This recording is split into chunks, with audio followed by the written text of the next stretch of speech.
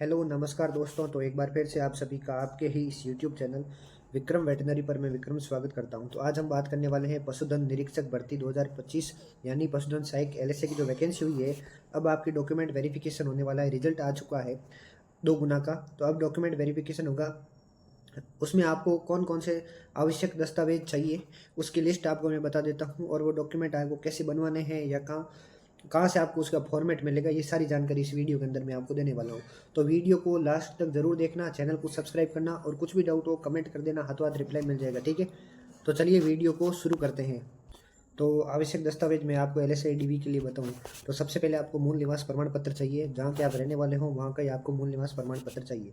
आपको 10वीं और 12वीं की मार्कशीट चाहिए, और आपने जो एचडीपी वेटनरी डिप्लोमा किया है 2 साल का, तो उसकी फर्स्ट ईयर की और सेकेंड ईयर की मार्कशीट आपको चाहिए।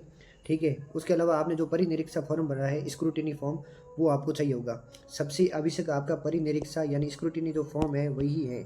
उस फॉर्म के बिना आपकी डीवी हो ही नहीं सकती है, तो वो फॉर्म लेना है सबसे पहले आपको। फिर मूल निवास प्रमाण पत्र, फिर आपके 10वीं 12वीं की मार्कशीट, और एचडीपी 2 वर्ष के जो डिप्लोमा है फर्स्ट ईयर और सेकेंड ईयर की मार्कशीट चाहिए। और जहाँ से आपने डिप्लोमा किया है तो वहाँ से आपको एक कैरेक्टर सर्टिफिकेट यानी चरित्र प्रमाण पत्र और एक माइग्रेशन सर्टिफिकेट कॉलेज वालों ने दिया होगा, ये दोनों आपको चाहिए होंगे।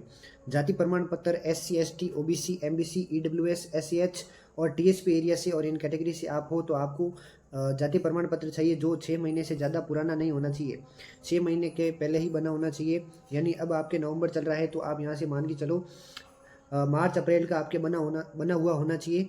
आपका जो जाति प्रमाण पत्र है मार्च अप्रैल से ज़्यादा पुराना नहीं होना चाहिए। ठीक है, अगर पुराना है तो अभी भी टाइम है, कुछ प्रोसेस हो तो आप कर लीजिए।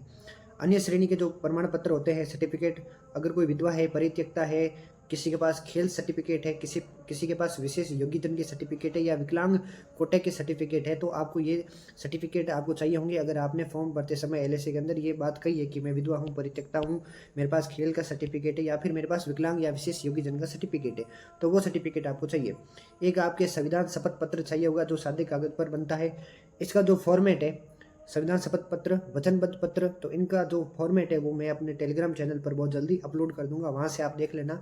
टेलीग्राम चैनल की लिंक आपको जो है अभी वीडियो के डिस्क्रिप्शन में मिल जाएगी। तो संविधान शपथ पत्र और वचनबद्ध पत्र आपको सादे कागज पर लिखना है। ठीक है, उसके अलावा आपको 2 मूल चरित्र प्रमाण पत्र चाहिए होंगे, अलग अलग राजपत्रित अधिकारी द्वारा जारी होने चाहिए।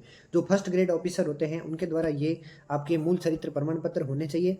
दोनों मूल चरित्र प्रमाण पत्र आपको अलग अलग फर्स्ट ग्रेड अधिकारी से बनवाने होंगे। ठीक है, और उसके अलावा आपको दहेज संबंधी घोषणा पत्र चाहिए। तो दहेज संबंधी घोषणा पत्र में अगर कोई विवाहित है या अविवाहित है, या विधवा है या परित्यक्ता अभ्यर्थी है, तो कोई सभी के लिए आपको दहेज संबंधित घोषणा पत्र बनवाना ही होगा। अगर आप अविवाहित है, अनमेरिड है या मैरिड है, किसी भी कैटेगरी से हो आप, आपको ये दहेज संबंधित घोषणा पत्र बनवाना पड़ेगा।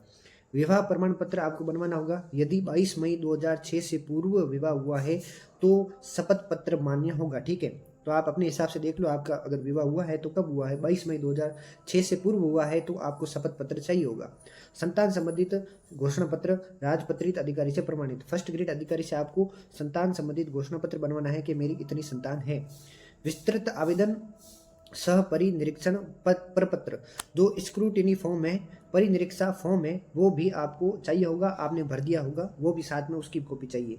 सामान्य घोषणा पत्र, तो इसका फॉर्मेट भी आपको जो टेलीग्राम चैनल पर अपलोड करवा दूंगा। विकल्प पत्र, तो इसका भी मैं आपको जो है नमूना कहो या फॉर्मेट कहो, आपको टेलीग्राम चैनल पर अपडेट करवा दूंगा। घोषणा पत्र, सामान्य घोषणा पत्र जो भी है वो सब अपडेट आपको मिल जाएगी।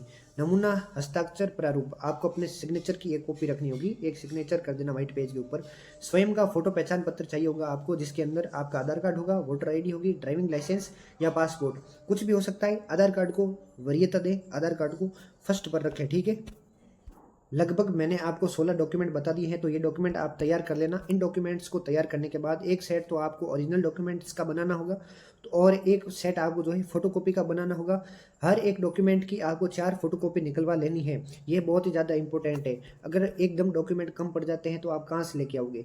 तो अगर आप की 10th की मार्कशीट है तो इसकी आपके पास 4 कॉपी होनी चाहिए, एक तो आपके पास ओरिजिनल होनी चाहिए और 3 उसकी फोटोकॉपी होनी चाहिए। तो इस तरीके से हर डॉक्यूमेंट की आपको फोटोकॉपी करवा लेनी है।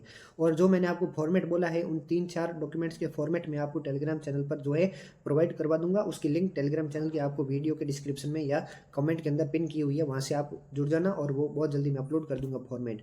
और कुछ भी डाउट हो कमेंट कर देना, हाथों हाथ आपको रिप्लाई मिल जाएगा। बहुत बहुत धन्यवाद।